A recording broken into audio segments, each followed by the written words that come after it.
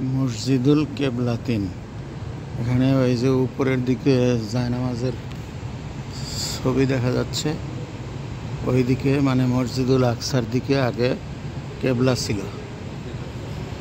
পরবর্তীতে হযরত মুহাম্মদ সাল্লাল্লাহু আলাইহি ওয়াসাল্লামের চাওয়ায় ওহির মাধ্যমে পরে কেবলা চেঞ্জ করা হয়। এখন কেবলা হইল এই যে, এখন কেবলা হইল কাবার দিকে।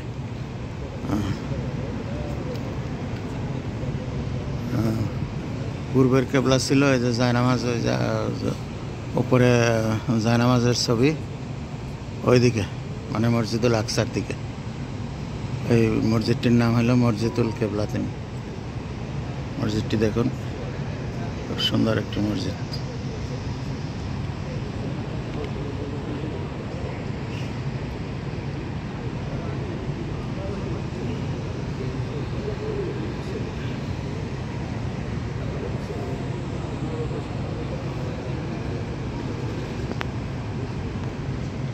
বর্তমান কেবলা এই যে এদিকে, এটা হইল কাবার দিকে।